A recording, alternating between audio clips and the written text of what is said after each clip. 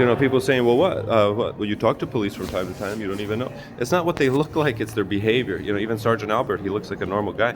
He probably is even related to me, to be honest. Sergeant Albert maybe relates to me. But basically they get offended when you're like, hey, I'm done with this shit. Leave me alone. I don't want to do this. And they get offended because you don't want to participate in their bitch dogging and their behavior. Sergeant Albert was probably related to me, believe it or not.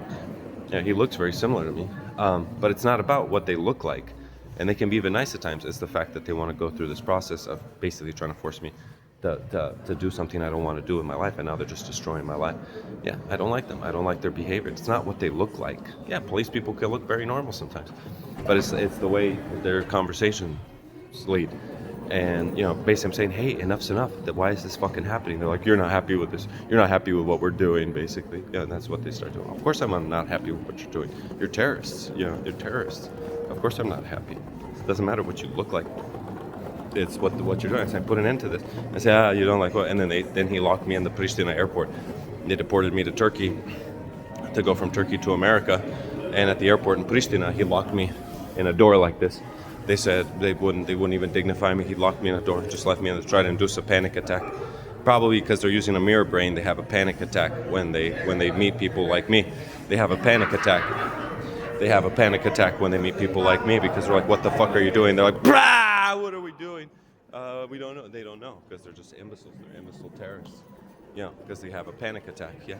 And yeah, so they locked me in a room like that in the Pristina airport for like almost an hour before my flight by myself just to induce a panic attack.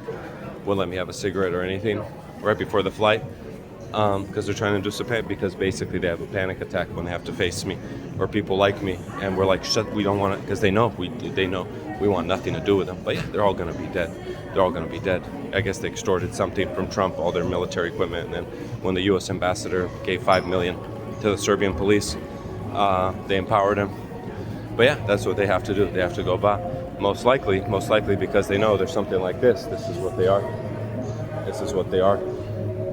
The police, this is what they are, because they know when they're faced with us, they don't, this is them, really. When they're faced, they have a panic attack, and that's why, they have to explain. But yeah, they enter the war. Yeah, it's these guys, and that's it. That's really who they are. That's really who they are. And who knows what their actual purpose is, like the police, the way their psychology develops after this, who knows what they're actually trying to do. I don't know. I don't know if that's what they're trying to do, if they're trying to be lapdogs for women. Like that, this could be this here. Like, I don't know if that's what they're trying to do. If they're trying to be like lapdogs for women. Like, I don't know. I don't know what their deal is.